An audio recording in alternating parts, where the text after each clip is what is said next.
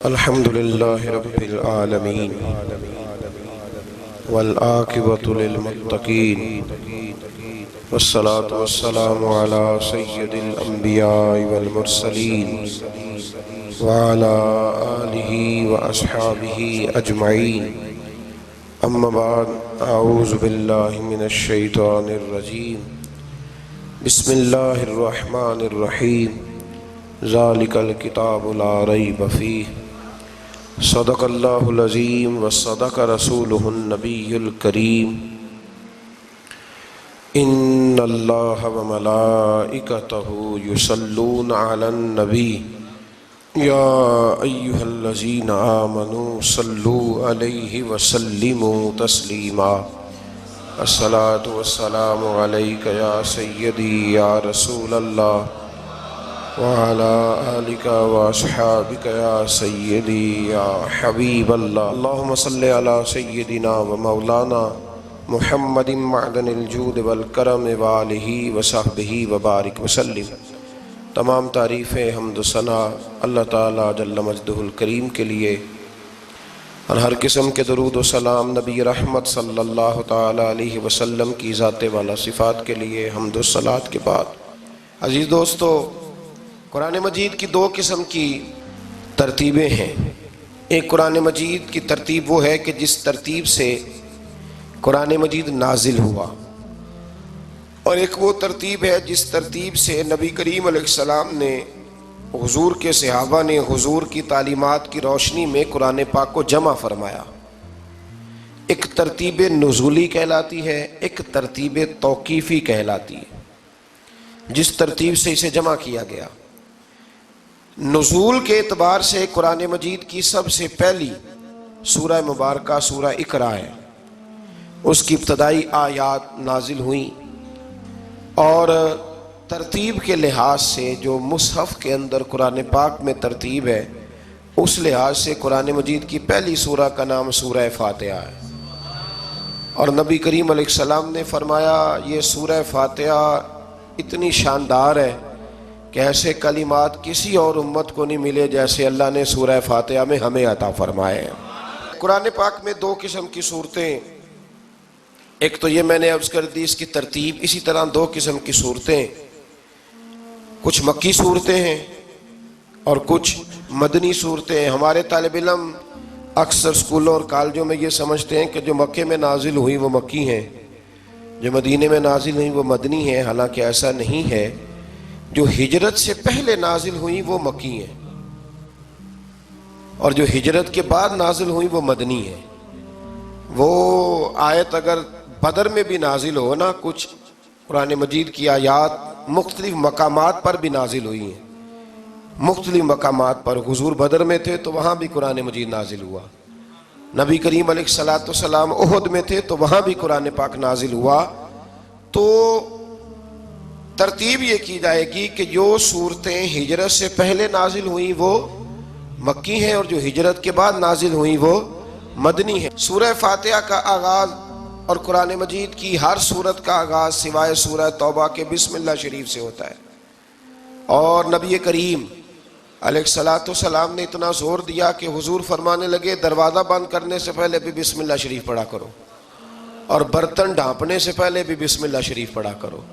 نبی پاک علیہ السلام نے ہر جائز اور مستحسن کام سے قبل بسم اللہ شریف پڑھنے کا حکم دیا۔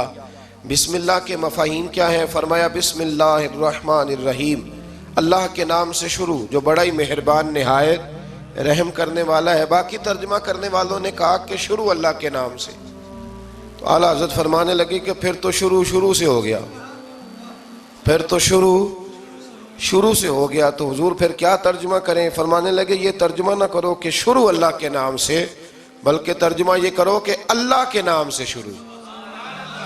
یہ دیکھیں نا، سوچ ہے نا بزرگوں کی، اللہ کے نام سے، تاکہ واقعی اللہ کے نام سے شروع ہو۔ پھر ارشاد فرمایا الحمدللہ رب العالمین، تمام تعریفیں اللہ کے لیے جو تمام جہانوں کو پالنے والا ہے۔ جب انسان کو تھوڑا سا ترجمہ آتا ہو نا، اس کی تھوڑی توجہ ہو، اسے نماز پڑھنے کا بھی بڑا ہی مزہ آتا ہے۔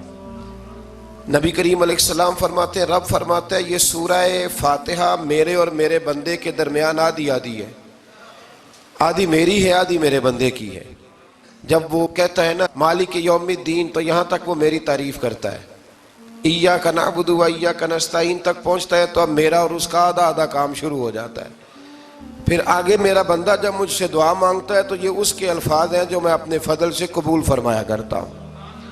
تو ارشاد فرمایا تمام تعریفیں اللہ کے لیے جو تمام جہانوں کا پالنے والا ہے. الرحمن الرحیم، بڑا ہی مہربان ہے نہایت. یہ رحمان مبالغے کا صیغہ ہے، یعنی اتنا رحم کرنے والا کہ جتنا کوئی اور رحم نہ کر سکے. اس لیے اللہ ہی رحمان ہو سکتا ہے، بندہ کوئی رحمان نہیں ہو سکتا.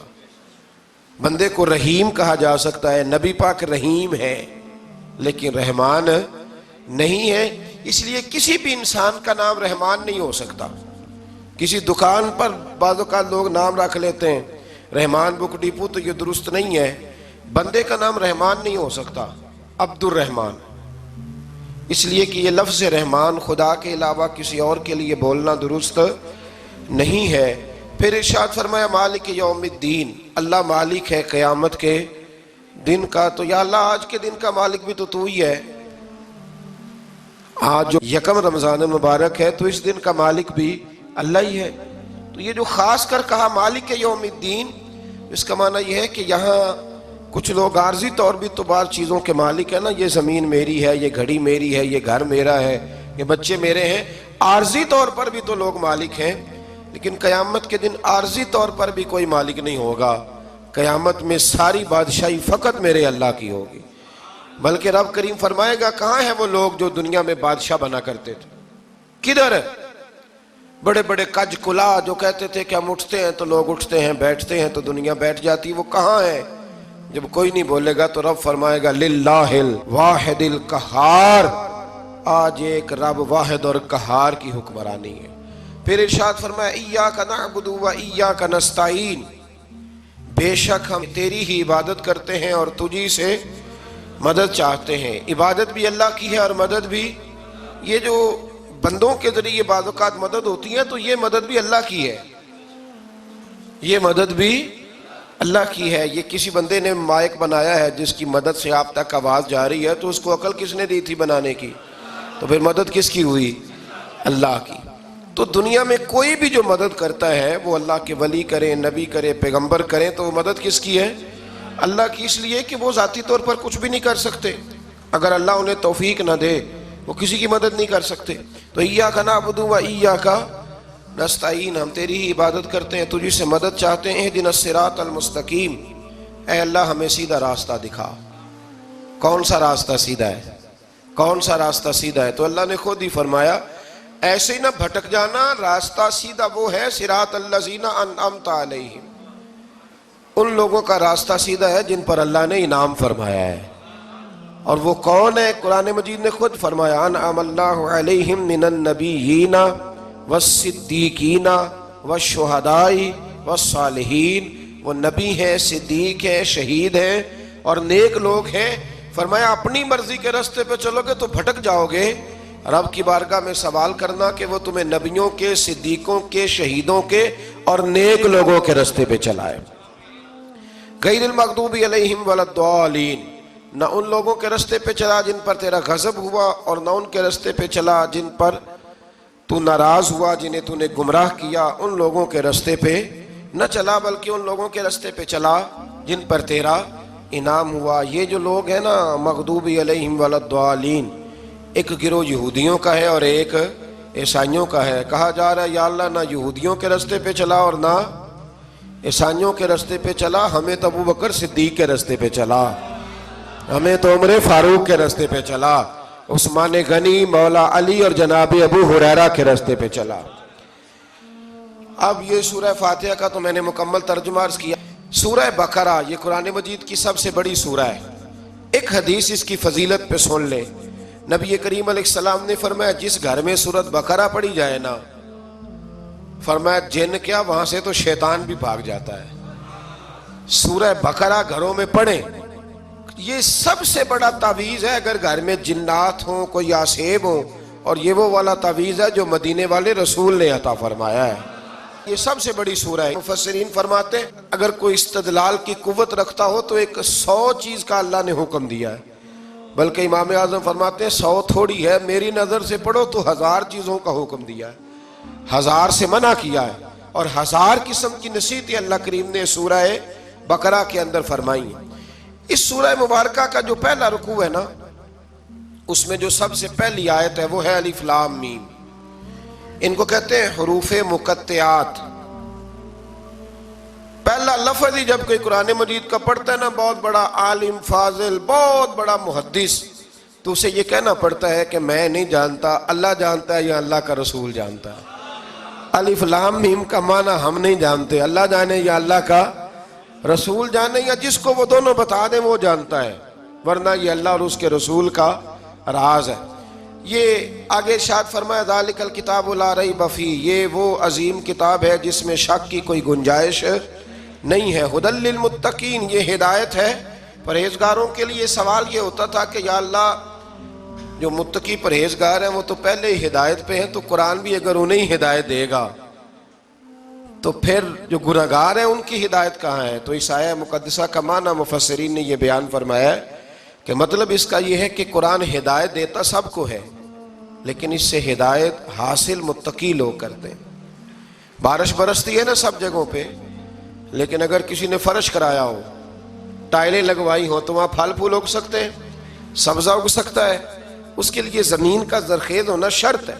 قرآن مجید سب کو ہدایت دیتا ہے، لیکن قرآن مجید سے ہدایت لیتے وہ ہیں جنہیں اللہ نے تقوی والا دل عطا فرمایا ہے، ڈرنے والا دل دیا۔ آگے جو آیات ہیں نا 5، ان میں اللہ تبارک و تعالیٰ نے متقی لوگوں کی فضیلت بیان کی ہے، نشانیاں بیان کی ہیں کہ وہ کون ہوتے ہیں۔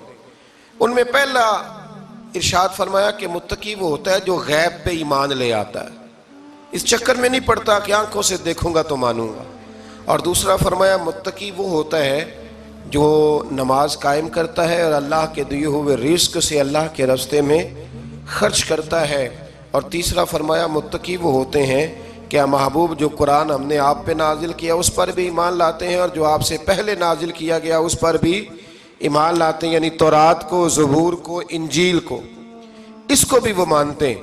اور پھر اللہ کریم نے فرمایا اولئک علی ھدی من ربہم واولئک ھم المفلحون، یہ جو لوگ ہیں نا غیب پر ایمان لانے والے، نماز پڑھنے والے، زکوٰۃ دینے والے، پچھلی کتابوں کو بھی ماننے والے، نبیوں کو بھی ماننے والے، اور رسول پاک پر ایمان لانے والے، فرمایا یہ وہ لوگ ہیں جو اللہ کی طرف سے ہدایت پر ہیں، اور یہ وہ لوگ ہیں جو دنیا میں بھی کامیاب ہو جائیں گے اور آخرت میں بھی کامیاب ہو جائیں گے۔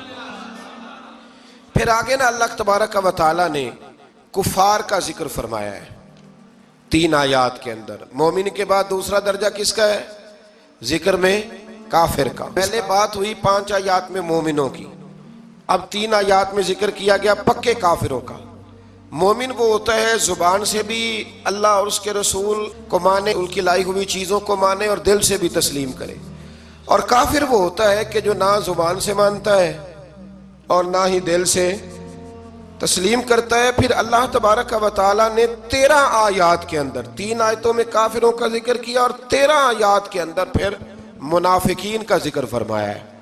منافق اس کو کہتے ہیں، منافق اس کو کہتے ہیں جو زبان سے تو دعوے اونچے اونچے کرتا ہے ایمان کے، لیکن اس کے دل میں ایمان موجود نہیں ہوتا۔ آپ حیران ہوں گے، یہیں پہ بات کو ذرا غور سے سمجھیں کہ مومنوں کا ذکر 5 آیات میں اور کفار کا 3 آیات میں، پکے کفار کا، اور منافقین کے لیے اللہ نے اگلے ہی رکوع میں 13 آیات بیان فرمائی۔ 13، یہ خطرناک گروہ ہے منافقین کا، یہ خوفناک لوگ ہیں، یہ وہ چھپی ہوئی بیماری ہے کہ جس کو پکڑنا تھوڑا مشکل ہے۔ کچھ بیماریوں کو ڈاکٹر کہتے ہیں نا یہ خاموش قاتل ہے، قتل کر دیتی ہے پر پتہ نہیں لگنے دیتی۔ اسی طرح منافقین کا ٹولہ ہے۔ قرآن مجید کہتا ہے ان منافقین کے بارے میں وَمِنَ النَّاسِ مَن يَقُولُ آمَنَّا بِاللَّهِ وَبِالْيَوْمِ الْآخِرِ وَمَا هُمْ بِمُؤْمِنِينَ، اے محبوب کچھ لوگ کہتے ہیں ہم اللہ اور آخرت پر ایمان لائے، لیکن وہ ایمان لانے والے نہیں ہیں۔ تو جب رب کہتا ہے نہیں ہے، آج کسی کو کہہ دیا جائے نا کہ وہ بندہ جھوٹا کلمہ پڑھتا ہے، اس کی باتیں نہیں بتاتی، تو کہتے ہو آپ ایک کلمہ گو کو برا کہہ رہے ہیں۔ تو یہاں تو اللہ ان کے کلمے کا بھی اعلان فرما رہا ہے اور ان کے نفاق کا بھی اعلان 13 آیات میں. اور رب فرماتا ہے یخادعون اللہ والذین آمنوا وما یخدعون الا انفسهم وما یشعرون. فرمایا وہ اللہ کو دھوکہ دینا چاہتے ہیں مومنوں کو، حالانکہ نہیں دھوکہ دیتے مگر اپنی ہی جانوں کو، انہیں شعور ہی نہیں. اللہ تبارک و تعالیٰ نے 13 آیات کے اندر مکہ مکرمہ میں منافق کوئی نہیں تھا جب تک حضور نے ہجرت نہیں کی تھی. کیوں؟ اس لیے کہ وہاں جو کلمہ پڑھتا تھا اسے مار کھانی پڑتی تھی.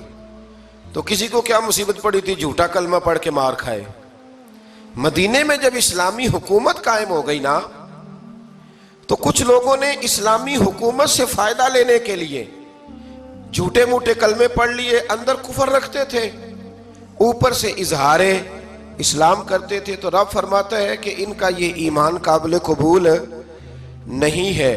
تو یا اللہ پھر کس کا ایمان قابل قبول ہے؟ تو اللہ کریم نے فرمایا وَإِذَا قِيلَ لَهُمْ آمِنُوا كَمَا آمَنَ النَّاسِ.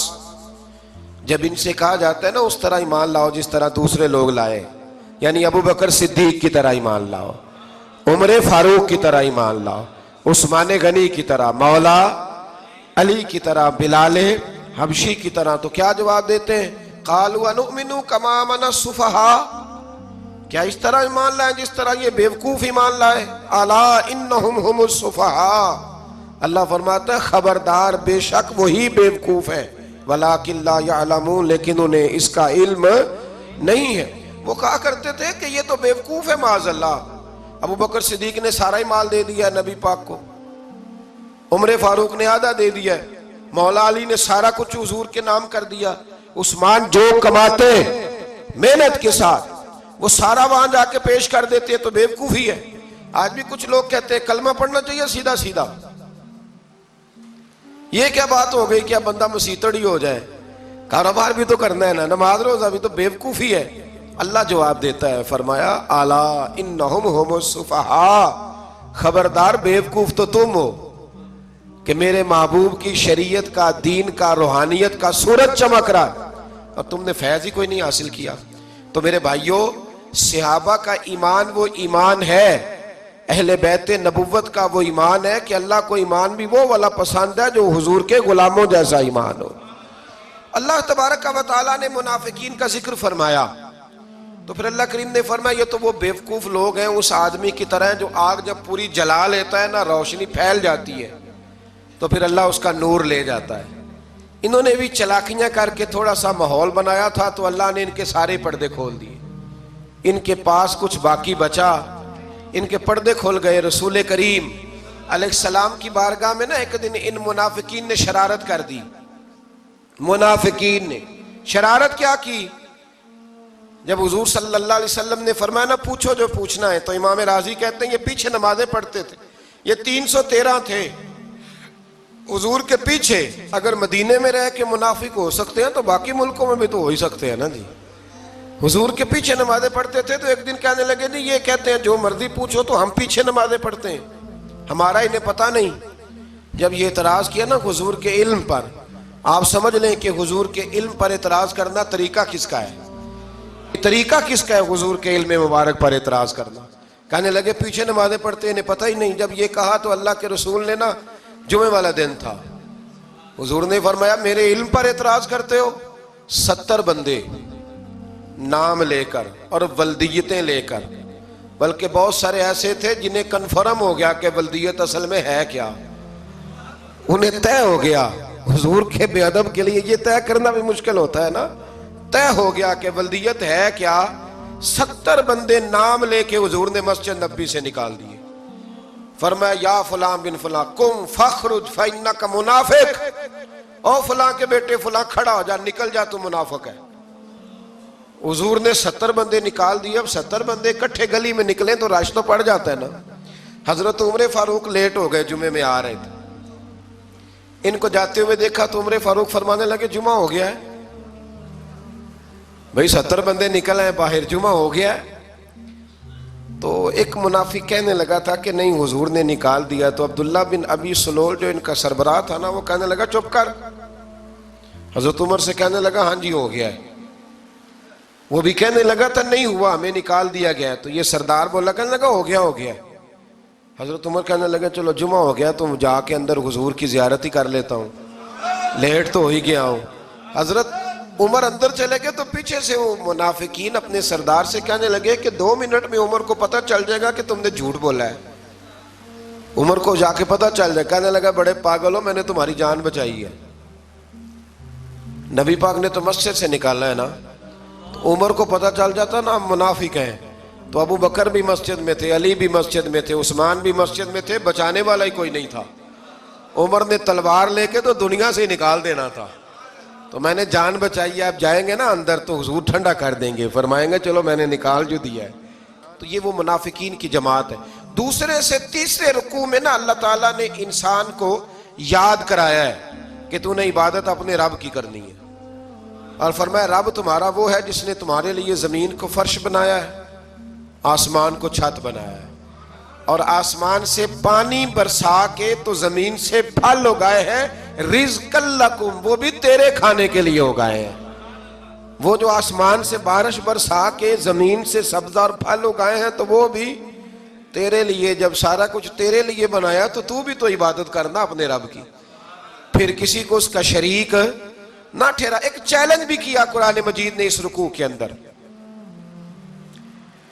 کہا کرتے تھے مکے کے لوگ کہ آپ قرآن مجید کی آیتیں نبی کریم علیہ السلام سے کہا کرتے تھے کہ معاذ اللہ آپ خود بناتے ہیں، بنا کے لاتے ہیں۔ تو اللہ کریم نے فرمایا وَإِن كُنتُمْ فِي رَيْبٍ مِّمَّا نَزَّلْنَا عَلَىٰ عَبْدِنَا فَأْتُوا بِسُورَةٍ مِّن مِّثْلِهِ، اگر تمہیں شک ہو نا اس میں جو ہم نے بندہ خاص پہ نازل کیا ہے تو تم بھی اس جیسی ایک صورت بنا کے لاؤ۔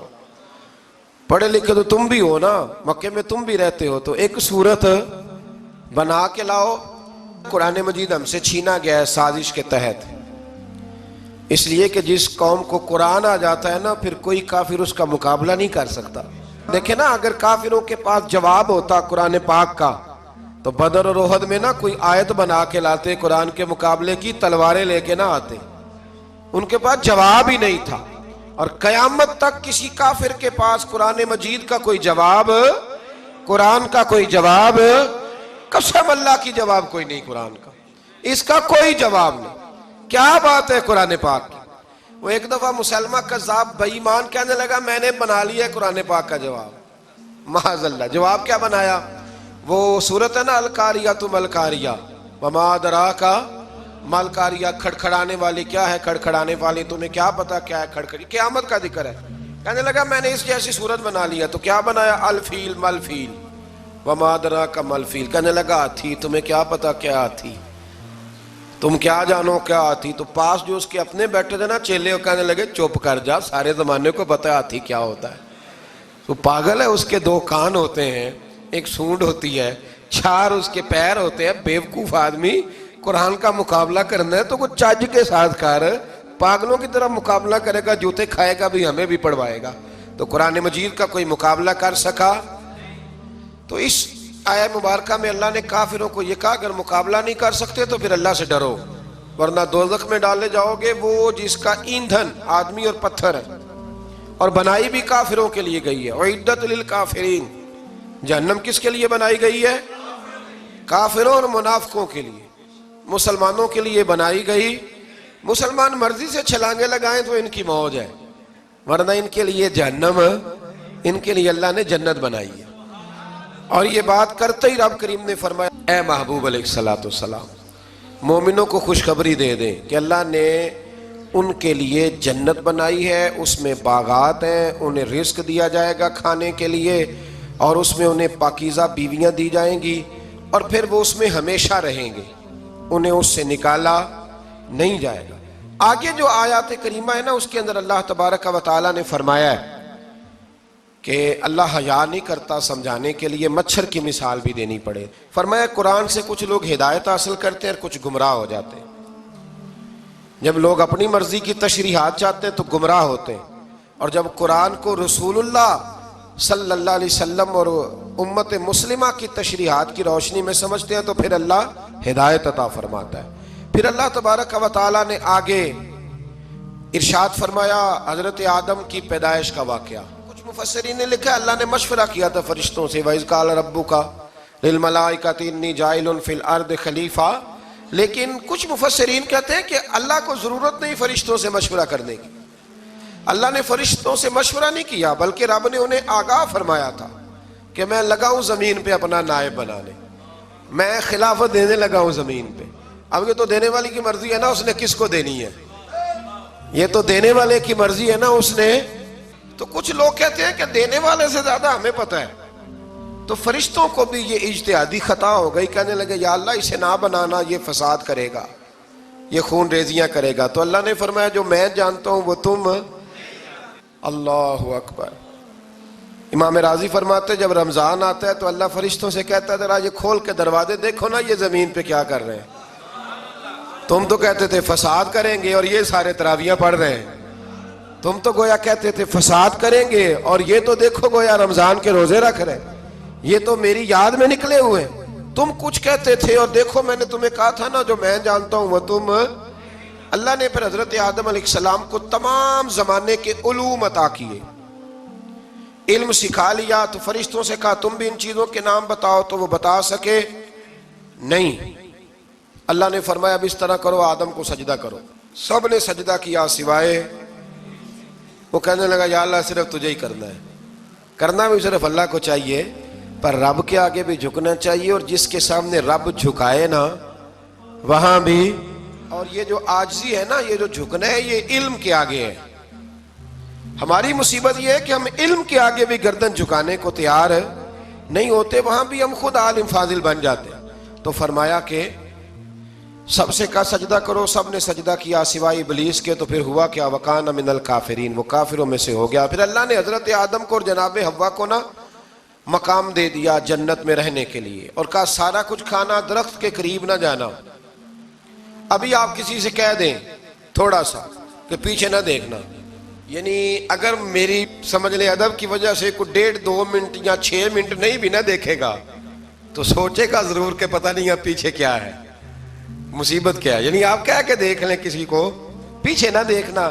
فطرت ہے نا انسان کی، وہ جستجو کرتا ہے. کہا اس درخت کے پاس نہ جانا. تو حضرت حوا سلام اللہ علیہ کہتے ہیں دل میں خیال رہتا تھا کہ آخر ہے کیا درخت کے پاس. یہی انسان کا عقیدہ توحید ہے کہ جہاں سے رب منع کر دے وہاں وہ منع ہو جائے. اور یہ ان کی خطا نہیں تھی، یہ اللہ کی حکمت تھی، چونکہ رب نے تو پہلے کہہ دیا تھا بنایا ہی زمین کے لیے، تو یہ تو سارا کچھ ہونا تھا تو زمین پہ آنا تھا نا. تو حضرت حوا اور جناب آدم کے پاس شیطان آیا. اب اس کو نکال تو دیا تھا پر ابھی اس کا جنت میں آنا جانا بند نہیں ہوا تھا، یہ بھی اللہ کی حکمت تھی. تو وہ کہنے لگا تمہیں پتہ ہے بعد میں مر جاؤ گے. تو حضرت حوا کہنے لگی کیا موت بھی آئے گی؟ کہاں، اس کی تکلیف بھی بڑی ہوگی، تو پھر بچیں گے کیسے؟ تو کہنے لگے پھل کھا لو اس درخت کا. تو بچنے کے لیے پھل کھایا تھا. جس طرح لوگ آج بہت سارے کام بچنے کے لیے کرتے ہیں پر بچ سکتے، بچنے کے لیے پھل کھایا. تو اللہ نے فرمایا زمین پہ چلے جاؤ. تو حضرت آدم زمین پہ آئے. پھر کئی 100 سال روتے رہے. فَتَلَقَّى آدَمُ مِن رَبِّهِ کَلِمَاتٍ. تو پھر اللہ نے خود ہی جناب آدم کو کچھ کلمے سکھائے. علامہ اسماعیل لکی فرماتے ہیں وہ کلمے یہ تھے کہ حضرت آدم نے میرے نبی کا وسیلہ پیش کیا، تو اللہ کریم نے جناب آدم کی دعا کو مقبول فرما لیا. پھر آگے بنی اسرائیل کا ذکر آ جاتا ہے. اللہ تعالیٰ نے بنی اسرائیل، آج آپ اسی قوم کو یہودی کہتے ہیں، ان کو اللہ نے اس زمانے میں فضیلت عطا کی تھی بہت زیادہ. تو عرب کے اندر جب نبی پاک علیہ السلام نے اعلان نبوت کیا تو کچھ لوگوں نے یہ کہہ دیا کہ اگر یہ یہودی کلمہ پڑھ لیں گے تو ہم بھی پڑھ لیں گے. تو پھر اللہ نے انہیں یاد کرایا کہ تم اصل میں کیا ہو، تمہیں کلمہ پڑھنا چاہیے. تو اہل یہود کا تذکرہ کرتے کرتے رب کریم نے ایک بات یہ بھی ارشاد فرمائی کہ تم لوگوں کو تو کہتے رہے ہو کہ وہ نبی آنے والے ہیں، وہ نبی آنے والے ہیں، اور جب آ گئے ہیں تو ماننے کو تیار نہیں ہو. تو فرمایا تأمرون الناس بالبر وَتَنْسَوْنَ أَنفُسَكُمْ وَأَنْتُمْ تَتْلُونَ الْكِتَابَ. لوگوں کو بھلائی کا حکم دیتے ہو اور اپنے آپ کو بھول جاتے ہو. افلا تعقلون، تمہیں عقل نہیں؟ پھر اللہ نے انہیں یہ بھی یاد کرایا کہ یاد کرو وہ زمانہ کہ جب فرعون نے خواب دیکھ لیا تھا کہ کوئی بچہ اس کی سلطنت کو تباہ کرے گا، تو پھر اس نے تمہارے بچوں کو ذبح کرانا شروع کیا اور تمہاری بیٹیوں کو چھوڑتا تھا. فرمایا یہ بھی تو تم نے دیکھا. میں نے تمہیں پھر تم سے کہا جہاد کرو قوم عمالقہ کے خلاف، تو مقام طیہ میں جا کے یہ لوگ کہنے لگے ہم سے جہاد نہیں ہوتا. اللہ نے انہیں ایک میدان میں قید کر دیا. بڑی دلچسپ بات. قید تو لوگ ہوتے ہیں نا چار دیواری میں, تو اللہ نے بنی اسرائیل والوں کو جب انہوں نے کہا جہاد نہیں کریں گے تو اللہ نے میدان میں قید کر دیا. میدان میں. یہ یاد رکھیں, جب انسان اللہ کی نافرمانی کرتا ہے تو اسے ایسی قید ملتی ہے جس کا اس نے تصور بھی نہیں کیا ہوتا. ایک میدان ہے مقام طیہ, قید ہو گئے. سارا دن سفر کرتے تھے, سارا دن. تو رات کو تھک کے سوتے تھے, صبح اٹھتے تھے نا جب, تو وہیں ہوتے تھے جہاں کل صبح چلے تھے. تو رب جب کسی کو قیدی بناتا ہے تو اسے زنجیروں کی, سلاخوں کی ضرورت. دعا فرمائیں اللہ تبارک و تعالی غموں سے نجات عطا فرمائے. یہ دعا فرمائیں. ایسی قید دیتا ہے کہ جس سے پھر چھٹکارا ہو سکتا. تو بنی اسرائیل کا بہت زیادہ تذکرہ اس پارے میں اللہ تبارک و تعالی نے پھر بیان کیا, اور پھر کہا کہ انہیں جو حکم دیا جاتا تھا یہ اس کی سرتابی کرتے تھے. پھر اللہ نے ان پر ذلت نازل کر دی اور یہ ہمیشہ اس کا شکار رہیں. قوم سبت کا ذکر فرمایا اللہ نے. ہفتے والے دن کچھ لوگ نافرمانی کرتے تھے. ہمارے بھی ہیلے بہانے ہیں نا آج کل کاروبار میں. تو اسی سپارے کی آیت نمبر 65 کے اندر اللہ تعالیٰ نے حضرت داؤد کی قوم کا ذکر کیا کہ اللہ نے انہیں حکم دیا تھا کہ ہفتے والے دن مچھلیاں نہیں پکڑنی. تو وہ کہتے تھے چلو ہاتھ لگا کے نہیں پکڑنی, ہاتھ لگا کے. وہ ہمارے لوگ ہیلے بہانے تلاش کر لیتے ہیں نا. وہ بڑے جناب انشورنس والا آ گیا, اب وہ بینک والا آ گیا, وہ فلانے صاحب آ گئے, وہ تروڑ مروڑ کے کہانیاں باتیں, اور پھر ہمیں بھی رستے مل جاتے ہیں بچنے کے. مفتی صاحب نے کہہ دیا تھا, ایک مولانا سے میں نے ان کو کہا ہفتے والے دن مچھلیاں نہیں پکڑنی. کہا نہیں پکڑتے, چھوٹے چھوٹے حوض بنا لیے. تو مچھلیاں زیادہ آتی تھی اس دن, یہ بھی اللہ کی قدرت تھی. نماز کے وقت گاہک زیادہ آتے ہیں, یہ اس کی قدرت ہوتی ہے. تو وہ مچھلیاں حوض میں جمع ہو جاتی ہیں. یوں سمجھ لیں کہ جال انہوں نے لگا لیے ہوئے تھے, تو جال میں وہ پھنستی رہتی تھی, حوضوں میں آتی رہتی تھی. ہفتے کو نہیں پکڑتے تھے, اتوار کو پکڑ لیتے تھے. تو پھر اللہ نے انہیں سزا دی. فرمایا تماشے کرتے ہو اللہ کے حکم کے ساتھ. کیا سزا دی؟ فَقُلْنَا لَهُمْ كُونُوا قِرَادَةً خَاسِئِينَ. فرمایا بندر بن جاؤ دھتکارے ہوئے. جو رزق حرام طریقے سے کماتے تھے رب انہیں بندر بنا دیتا تھا. ابھی بھی میں نے دیکھے ہیں بڑے بڑے تاجر پاگلوں جیسی زندگی گزار رہے ہیں. نفسیاتی طور پہ سکون نہیں ہے, کروڑوں روپیہ پڑا ہے. کیوں؟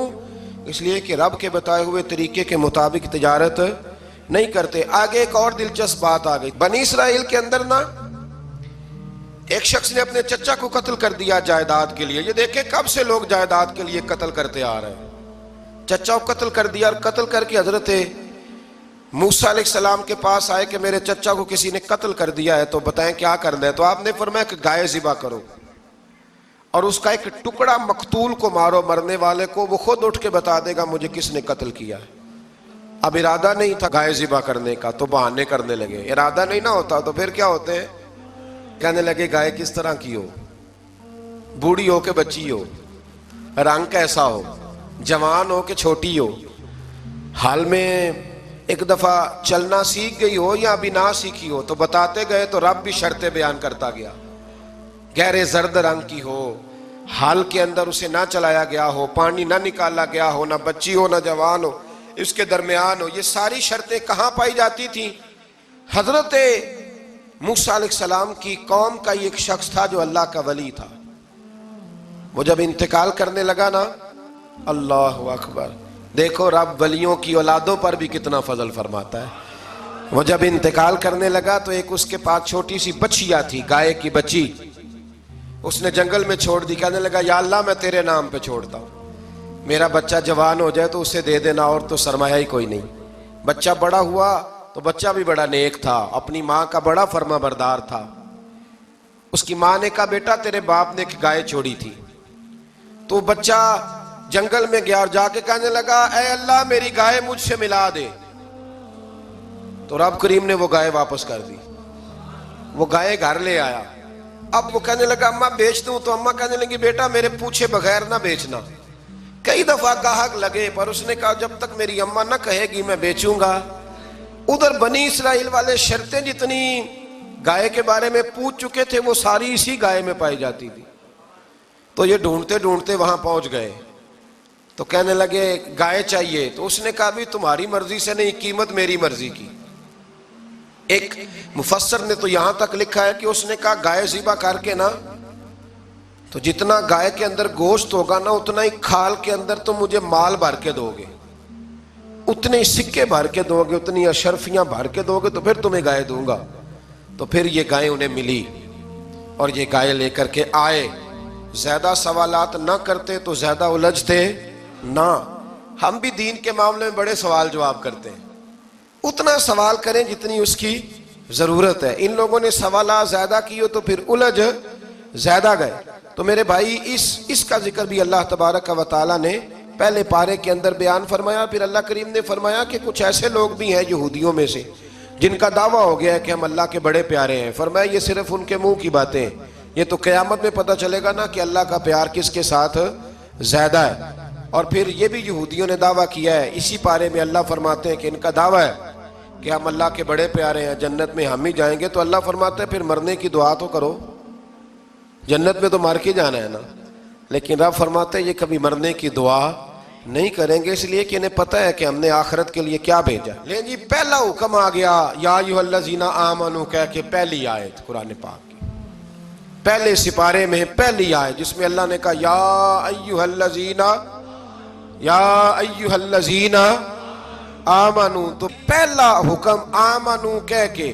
آیت نمبر 104 میں جو اللہ نے حکم دیا ہے نا وہ نبی پاک کی تعظیم کا حکم ہے۔ پہلا حکم ہی اللہ نے حضور کی عزت اور ناموس کا ارشاد فرمایا۔ پہلا اس ترتیب کے لحاظ سے وہ ہوا یہ کہ جب نبی پاک کو بات ارشاد کرتے تو صحابہ کرام اٹھ کے عرض کرتے رائینا یا رسول اللہ، حضور سمجھ نہیں آئی ذرا رعایت کر دے۔ تو یہودیوں کی عبرانی زبان کے اندر نہ ذرا کھینچ کے پڑھتے تھے رائینا، تو اس کا معنی بنتا تھا معاذ اللہ اے ہمارے چرواہے، بکریاں چرانے والے کو بھی وہ رائینا کہتے تھے۔ تو جب صحابہ یہ کہنے لگے تو اللہ نے منع ہی کر دیا، فرمایا میرے محبوب کے غلاموں اس لفظ کے پیچھے چھپ کے، اس لفظ کے پیچھے چھپ کے لوگ میرے نبی کی بے ادبی کر جاتے ہیں۔ تو جس لفظ کا کوئی ایک معنی بے ادبی والا بنتا ہو وہ لفظ بھی میرے نبی کے لیے نہ کہو، لفظ وہ والے کہو جس میں کوئی بے ادبی کا معنی نکلے نہ۔ یہاں لوگوں نے بڑے بڑے لفظ نہیں بول دیے، پھر کہتے میرا مطلب یہ تھا، میرا مطلب وہ تھا، تو تو نے وہ لفظ بولا کیوں جس کا کوئی غلط مطلب بھی نکل سکتا تھا۔ اللہ نے فرمایا یا ایھا الذین آمنوا لا تقولوا رائینا، اے ایمان والو رائینا کہو ہی نہ۔ تو یا اللہ کیا کہیں؟ فرمایا وقولوا انظرنا، تم کہو یا رسول اللہ ایک نظر فرمائیے، انداز دیکھیے، انظرنا ایک نظر۔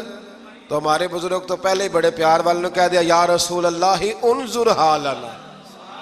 کہتے کہاں سے لاتے ہو جملے؟ میں نے کہا اللہ کی کتاب سے۔